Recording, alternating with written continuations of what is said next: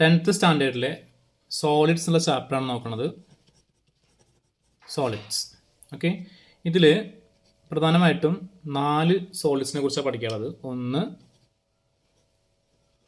Square pyramid, രണ്ടാമത്തത് കോൺ, പിന്നെ sphere, പിന്നെ hemisphere. Square pyramid, cone, sphere, hemisphere. Okay, നമുക്ക് ഓരോന്നിട്ട് നോക്കാം. ആദ്യം ഏതാ? Square pyramid.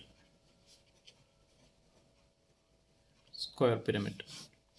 ഓക്കെ, ഒരു സ്ക്വയർ പിരമിഡ് നിർമ്മിക്കണമെങ്കിൽ ഒരു സ്ക്വയർ പിരമിഡ് ഇവിടെ ഉണ്ടാക്കി വെച്ചിട്ടുണ്ട്. ഇതാണ് ഒരു സ്ക്വയർ പിരമിഡ്. കണ്ടോ, ഞാൻ ജസ്റ്റ് ഇങ്ങനെ പേപ്പർ ഒട്ടിച്ച് വെച്ചിരിക്കുകയാണ്. ഇതാണ് സ്ക്വയർ പിരമിഡ്. ഓക്കെ, നിങ്ങൾക്ക് അറിയേണ്ടതാണ്. ഓക്കെ, അപ്പോൾ സ്വാഭാവികമായിട്ടും ഇതുണ്ടാക്കാൻ എന്തെല്ലാം വേണം നോക്കൂ. എന്ത് വേണ്ടി വരും? ഒരു സ്ക്വയർ വേണം. അതിൻ്റെ ബേസായിട്ട് എന്ത് വേണം? ഒരു സ്ക്വയർ വേണം. പിന്നെ ട്രയാങ്കിൾസ് വേണം. അതിൻ്റെ ലാറ്ററൽ സൈഡ്സൊക്കെ എന്താണ്? ട്രയാങ്കിൾസ് ആണ്. 4 എണ്ണം വേണം. ഓക്കെ, അപ്പോൾ നമുക്ക് ജസ്റ്റ് ഇങ്ങനെ ഒന്ന് വരയ്ക്കാം. ഒരു സ്ക്വയറും ചുറ്റും ഇതുപോലെ 4 ട്രയാങ്കിൾസും ചേർത്ത് വെച്ച് അത് ഫോൾഡ് ചെയ്യുമ്പോൾ ഏകദേശം ഇങ്ങനെ ഒരു എന്താണ് സ്ക്വയർ പിരമിഡ് നമുക്ക് കിട്ടും. ഓക്കെ, ഇവിടെ മനസ്സിലാക്കുന്ന കാര്യം എന്ന് വെച്ചാൽ നമുക്ക് എന്തെല്ലാം വേണം ഇതുണ്ടാക്കണമെങ്കിൽ? ഒരു സ്ക്വയർ പിരമിഡ് ഉണ്ടാക്കണമെങ്കിൽ നമുക്ക് എന്തെല്ലാം വേണം? ഒരു സ്ക്വയർ വേണം, 4 ട്രയാങ്കിൾസ് വേണം. ഈ 4 ട്രയാങ്കിൾസിൻ്റെ മെഷേഴ്സൊക്കെ സെയിം ആയിരിക്കണം അല്ലേ? ഇനി ഈ ട്രയാങ്കിൾസിൻ്റെ ഒരു പ്രത്യേകത ഉണ്ട്. എന്താ ട്രയാങ്കിൾസിൻ്റെ പ്രത്യേകത? ഇത് എന്ത് തരം ട്രയാങ്കിളാണ്? കണ്ട, ഈ സൈഡും ഈക്വലാണ്. അപ്പോൾ എന്താ ട്രയാങ്കിളാണ്? ഐസോസസ് ട്രയാങ്കിളാണ്. ഓക്കെ, ശരി. ഇനി ഇത് 3 സൈഡും ഈക്വലാണെങ്കിലും കുഴപ്പമുണ്ടോ? കുഴപ്പമൊന്നുമില്ല. അതായത് ഞാൻ പറയാൻ വന്ന കാര്യം, നമ്മൾ ഇവിടെ ട്രയാങ്കിൾസ് എങ്ങനെ ആവണം? ഐസോസസ് ട്രയാങ്കിളോ അല്ലെങ്കിൽ ഈക്വലാറ്റർ ട്രയാങ്കിളോ ആയാൽ മതി. പിന്നെ നമുക്കൊരു ബേസായിട്ട് സ്ക്വയറും വേണം. ജസ്റ്റ് ഞാനിവിടെ നിന്ന് വേറെ ഒന്ന് വെട്ടിയെടുത്തിട്ടുണ്ട്, ജസ്റ്റ് കാണാൻ വേണ്ടിയിട്ട്. കണ്ടോ, ഇങ്ങനത്തെ 4 ട്രയാങ്കിൾസും പിന്നെന്താണ് ഒരു സ്ക്വയറും ചേർത്ത് വെച്ചാൽ മതി. കണ്ടോ, ഇതുപോലെ സ്ക്വയറിൻ്റെ അവിടെ ഇങ്ങനെ 4 ട്രയാങ്കിൾസ് ചേർത്ത് വയ്ക്കുക. Okay, yes. എന്നിട്ട് ഇത് ഫോൾഡ് ചെയ്താൽ നമുക്ക് ഇങ്ങനത്തെ ഒരു സ്ക്വയർ പിരമിഡ് കിട്ടും. ഓക്കെ, ഇനി ഞാൻ പറഞ്ഞപ്പോൾ കാര്യം ഒന്നുകൂടി പറയാം. ഈ ട്രയാങ്കിൾസ് എന്താ ട്രയാങ്കിൾ ആവണം? 2 സൈഡും ഈക്വൽ ആയിട്ടുള്ള ഐസോസസ് ട്രയാങ്കിൾ ആവാം, അല്ലെങ്കിൽ 3 സൈഡും ഈക്വൽ ആയിട്ടുള്ള ഈക്വലാറ്റർ ട്രയാങ്കിളും ആവാം. പക്ഷെ ഇവിടെ ബേസ് എന്താവണം? ഈ സ്ക്വയറിൻ്റെ സൈഡിന് ഈക്വൽ ആവണം ബേസ്. ഓക്കെ, അപ്പോഴാണ് നമുക്ക് കൃത്യമായിട്ട് ഉണ്ടാക്കാൻ പറ്റുള്ളൂ. അപ്പോൾ അത്രയും കാര്യം മനസ്സിലായി. യെസ്. ഇനി നമുക്ക് ഇതിന് എത്ര ഫേസസ് ഉണ്ട് നോക്കി നോക്കാം. ടോട്ടൽ എത്ര ഫേസസ് ഉണ്ട് അല്ലേ? ഇതാണ് നമ്മുടെ സ്ക്വയർ പിരമിഡ് എന്ന് പറയുന്നത്. ബേസായിട്ടൊരു എന്തുണ്ട്? സ്ക്വയർ ഉണ്ട്, ബേസ്. അപ്പോൾ ഒരു ഫേസായി ബേസ്. പിന്നെ ചുറ്റും എത്ര? 4 ഉണ്ട് അല്ലേ? 1 2 3 4. അപ്പോൾ ടോട്ടൽ എത്ര ഫേസ് ഉണ്ട്? ടോട്ടൽ 5 ഫേസസ് ഉണ്ട്. ഓക്കെ, ഈ 5 ഫേസിൽ ഒന്നെന്താണ്? ഒരു ബേസും 4 ലാറ്ററൽ ഫേസസ് ആണ്. ഒരു ബേസും ഉണ്ട്, 4 ലാറ്ററൽ ഫേസസ് ഉണ്ട്. ഈ ഒരു ബേസ് എന്ന് പറയുന്നത് എന്താണ്? ഒരു സ്ക്വയർ ആണ്. ഈ ലാറ്ററൽ ഫേസസ് എന്താ? ഒന്നെങ്കിൽ ഐസോസസ് ട്രയാങ്കിളോ അല്ലെങ്കിൽ ഈക്വലാറ്റർ ട്രയാങ്കിളോ ആണ്. ഓക്കെ, അങ്ങനെ ടോട്ടൽ 5 ഫേസസ് ഉണ്ട്. അപ്പോൾ അത് ക്ലിയർ ആണ്. ഇനി എത്ര എഡ്ജസ് ഉണ്ട് നോക്കൂ. എഡ്ജസ് എന്ന് പറയുന്നത് വക്കുകളാണ് ഉദ്ദേശിക്കുന്നത്. എത്ര എഡ്ജസ് ഉണ്ട്? താഴെ 4 എഡ്ജ് ഉണ്ട് അല്ലേ? 1 2 3 4 എഡ്ജസ് ഉണ്ട്. ഇനി ചുറ്റും എത്ര ഉണ്ട്? 4 കഴിഞ്ഞാൽ പിന്നെ 5 6 7 8. ഇതാണ് എഡ്ജ് ഉദ്ദേശിക്കുന്നുണ്ടോ? ഈ എഡ്ജ് കണ്ടോ? ഇങ്ങനെ ചുറ്റും എത്ര ഉണ്ട്? 4 എണ്ണം ഉണ്ട്. പിന്നെ ബേസ് എഡ്ജായിട്ട് 4 ഉണ്ട്. ടോട്ടൽ എഡ്ജസ് എത്ര? 8 എഡ്ജസ് ഉണ്ട്. 8 എഡ്ജസ്. ഓക്കെ, അതിൽ ഈ 8 എഡ്ജസ് എങ്ങനെ വരുന്നത്? 4 ബേസ് എഡ്ജും 4 ലാറ്ററൽ എഡ്ജുമാണ് അല്ലേ? ചുറ്റുള്ള 1 2 3 4 ലാറ്ററൽ എഡ്ജ്. ഈ ബേസ് എഡ്ജ് ഏതാ? 1 2 3 4. അപ്പോൾ 4 + 4 ടോട്ടൽ 8 എഡ്ജസ്. ഓക്കെ, അപ്പോൾ ടോട്ടൽ 5 ഫേസസ് ഉണ്ടെന്ന് മനസ്സിലായി. പിന്നെ ടോട്ടൽ 8 എഡ്ജസ് ഉണ്ടെന്ന് മനസ്സിലായി. ഓക്കെ, ഇനിയുള്ളത് നമുക്ക് ഇതുമായി ബന്ധപ്പെട്ട കുറച്ച് ടേംസുകൾ നോക്കാം. ആദ്യം ഇപ്പോൾ പറഞ്ഞതിന് ആദ്യം ബേസ് എഡ്ജ് നമ്മൾ എ എന്നുള്ള ലെറ്റർ കൊണ്ടാണ് സാധാരണ സൂചിപ്പിക്കാറ് ബേസ് എഡ്ജ്. ഓക്കെ, അപ്പോൾ ഏതാണ് ബേസ് എഡ്ജ്? ഇതാണ് ബേസ് എഡ്ജ്. കണ്ടോ, 1 2 3 4 ബേസ് എഡ്ജ് ഏതാണെന്ന് മനസ്സിലായി. ഓക്കെ, ഇനി നേരത്തെ പറഞ്ഞ ലാറ്ററൽ എഡ്ജ്. ഓക്കെ, ഇതാണ് ലാറ്ററൽ എഡ്ജ്. ഇത് നമുക്ക് ഇ എന്ന ലെറ്റർ കൊണ്ടാണ് സാധാരണ സൂചിപ്പിക്കാറ്. ഈ ലാറ്ററൽ എഡ്ജ് ഇ. ഓക്കെ, ഇനി അടുത്തത് സ്ലാൻഡ് ഹൈറ്റ് എന്ന് വിളിക്കാം. അടുത്ത ഏതാണ് സ്ലാൻഡ് ഹൈറ്റ് എന്ന് പറയുന്നത്? ഓക്കെ, സ്ലാൻഡ് ഹൈറ്റ് എന്ന് പറയുന്നത് ഇതൊരു ലാറ്ററൽ ഫേസ് അല്ലേ. ഈ എ, ഇത് എ ആണല്ലോ. ഓക്കെ, ഈ എയുടെ സെൻറ്ററിൽ നിന്ന്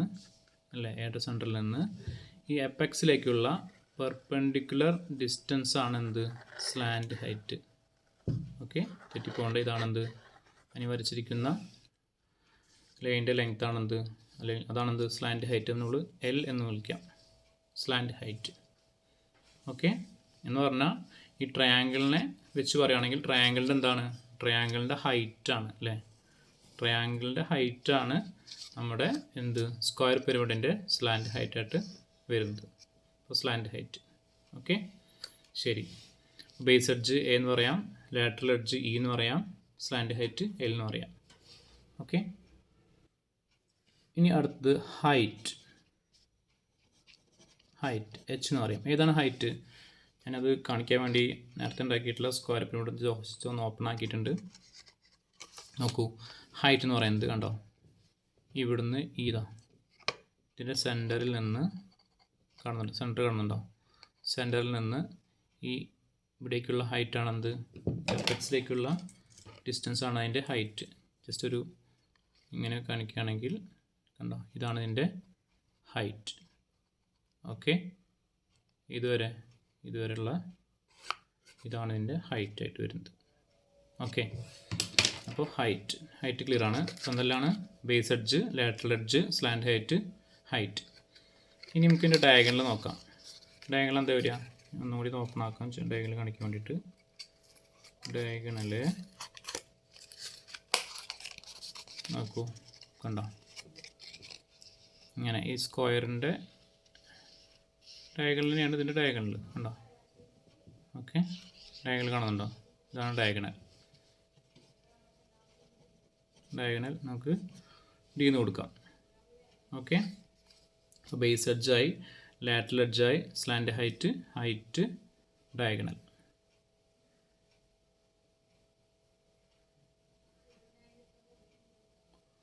ഓക്കെ, അപ്പോൾ നിങ്ങൾക്ക് ഓരോരുത്തർക്കും എന്ത് വേണം? കൃത്യമായ ധാരണ വേണം. ഒരു സ്ക്വയർ പിരമിഡ് കണ്ടു കഴിഞ്ഞാൽ, അതുപോലെ ഒരു സ്ക്വയർ പിരമിഡ് കണ്ടു കഴിഞ്ഞാൽ അതിൽ ഏതാണ് എ എന്നും, ഏതാണ് ഇ എന്നും, ഏതാണ് എൽ എന്നും, ഏതാണ് എച്ച് എന്നും, ഏതാണ് ഡി എന്നൊക്കെ കൃത്യമായിട്ട് അറിയാൻ പറ്റണം. ഓക്കെ, ശരി. ഇനി ഞാൻ അടുത്ത പറയാൻ പോണത്, ഇതിൻ്റെ ഉള്ളിൽ എയും ഇയും എല്ലും എച്ചും ഡി ഒക്കെ വെച്ച് കുറേ റിലേഷൻസ് ഉണ്ട്. ഓക്കെ, അത് നോക്കി നോക്കാം. ഇവിടെ നോക്കൂ, ഇതിൻ്റെ ഒരു ലാറ്ററൽ ഫേസ് നോക്കണ്ടോ, ഇത് എൽ അല്ലേ, ഇത് സ്ലാൻഡ് ഹൈറ്റാണ്. ഇത്രയും ദൂരം എന്താ? a/2 ആണ്. ഇത് മൊത്തം a ആണ്. അപ്പോൾ ഇവിടുന്ന് പകുതിയിൽ നിന്ന് ഇങ്ങോട്ട് എന്താണ്? a/2 ആണ്. ഇതാണെങ്കിൽ എന്താണ്? ഇ ആണ്. ഓക്കെ, നോക്കൂ, ഇ a/2 എൽ ചേരുമ്പോൾ എന്തുണ്ടാവുന്നുണ്ട്? ഒരു റൈറ്റ് ട്രയാങ്കിൾ ഉണ്ടാവുന്നുണ്ട്. ശരിയല്ലേ? ഇവിടേക്ക് നോക്കിക്കോ, ഇത് എന്താ? എൽ, ഇത് a/2, ഇത് ഇ. ഓക്കെ, എല്ലും ഇയും a/2 ചേർന്ന് ഒരു റൈറ്റ് ട്രയാങ്കിൾ ഉണ്ടായി. ഓക്കെ, അതവിടെ നിൽക്കട്ടെ. ഇനി അതുപോലെ ഇവിടെ വേറൊരു റൈറ്റ് ട്രയാങ്കിൾ ഉണ്ടാവുന്നുണ്ട്. നമുക്കത് കാണാൻ പറ്റുമോ എനിക്കറിയില്ല. ഞാനുള്ള പരിമിതി ഉപയോഗിച്ച് വേണമെങ്കിൽ കാണിക്കാം. ഇവിടെ ഒരു എച്ച് ഉണ്ടല്ലോ. ഓക്കെ, എച്ച് കാണുന്നുണ്ടോ? ഓക്കെ, ഇത് എച്ച് ആണ്. ഇങ്ങനെയുള്ള എന്താണ്? d/2 ആണ്. d/2 അല്ലേ, ഇത് ഡയഗണലിൻ്റെ പകുതിയില്ല, d/2. ഇതെന്തായിരുന്നു? ഇ ആണ് അല്ലേ. അപ്പോൾ ഈ ഇയും ഈ d/2ഉം ഈ എച്ചും ചേർന്ന് ഉണ്ടാവുന്നുണ്ട്, ഒരു റൈറ്റ് ട്രയാങ്കിൾ ഉണ്ടാവുന്നുണ്ട്. കണ്ട, ഓൾട്ടിറ്റ്യൂഡായിട്ട് എച്ചും ബേസായിട്ട് d/2ഉം ഹൈപ്പോട്ടനസായിട്ട് ഇയും വരുന്നുണ്ട്. കണ്ടല്ലോ, അങ്ങനെ പറയാം, ഇങ്ങനെ വരയ്ക്കാം. d/2 E H. ഓക്കെ, ഇതുപോലെ ഒരു റൈറ്റ് ട്രയാങ്കിളും കൂടി ഇതിൻ്റെ ഉള്ളിൽ ഉണ്ടാവുന്നുണ്ട്. അത് പോയി. ഓക്കെ, അതേതാ? അത് ഞാൻ സ്ക്വയർ പിരമിഡ് വെച്ച് കാണിക്കുന്നില്ല, ജസ്റ്റ് ഇവിടെ വരച്ച് കാണിക്കാം. Okay,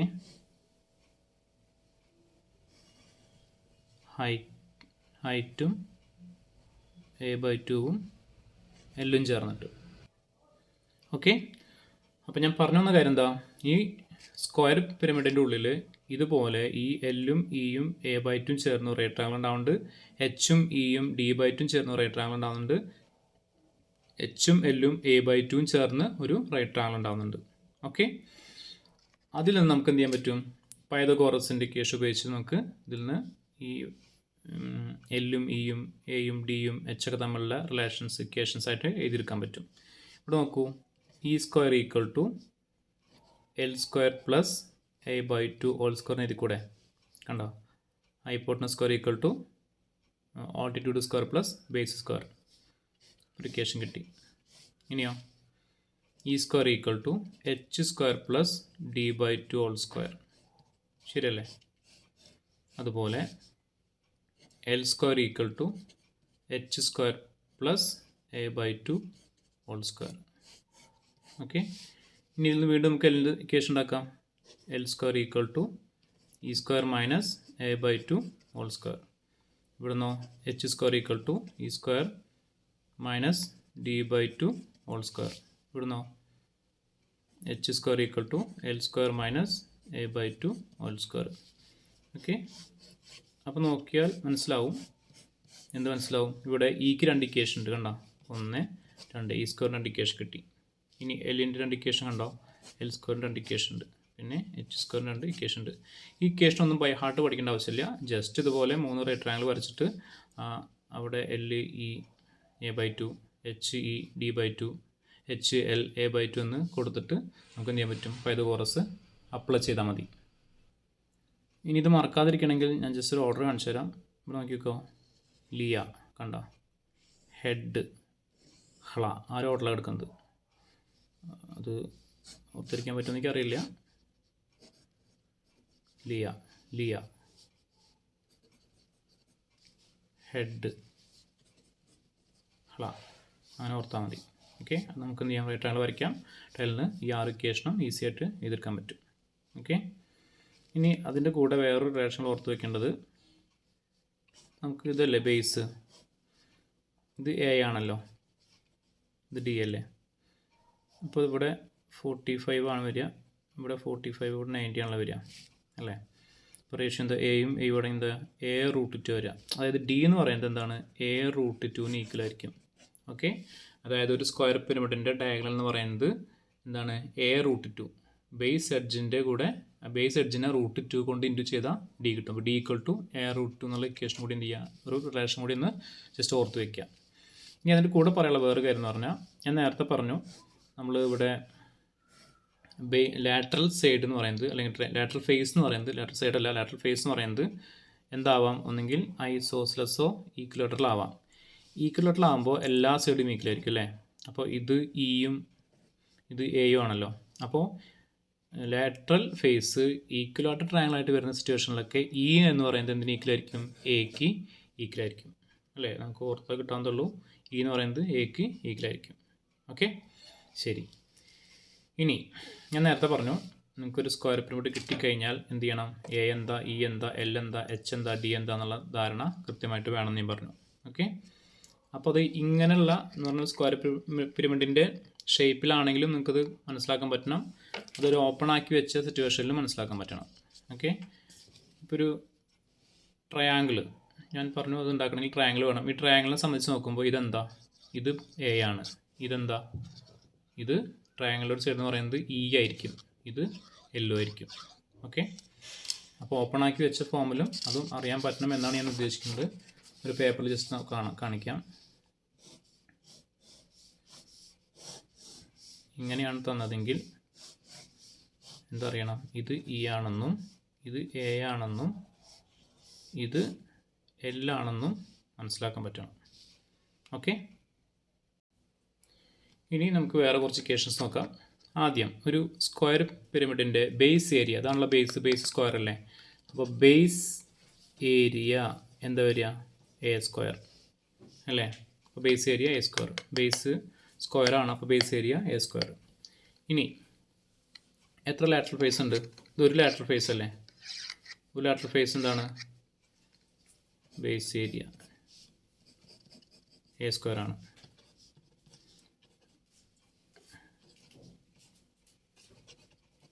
area of one lateral face, ഒരു ലാറ്ററൽ ഫേസ് ട്രയാങ്കിൾ ആണ്. അതിൻ്റെ ഏരിയ എന്താ വരിക? നോക്കാം. ട്രയാങ്കിൾ ഏരിയ എന്താ? ഹാഫ് ബി എച്ച് ആണ്. ഇവിടെ ഹാഫ് ബി എന്നായിട്ട് എന്താ വരിക? ഇതെന്താ? എ ആണ് അല്ലേ.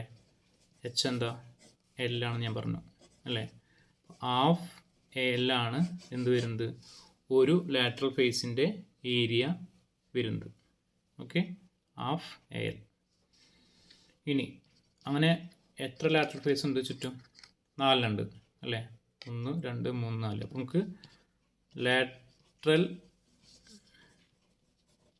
സർഫേസ് ഏരിയ ഒരെണ്ണത്തിൻ്റെ ഹാഫ് എല്ലാണ്, അങ്ങനെ 4 ഉണ്ട് അല്ലേ. അപ്പോൾ ഇവിടെ ഈ 4ഉം 2ഉം കട്ട് ചെയ്ത് പോകുമ്പോൾ 2L എന്ന് കിട്ടും. അപ്പോൾ എന്ത് പഠിച്ചു വയ്ക്കുക? ലാറ്ററൽ സർഫേസ് ഏരിയ 2L ആണ്.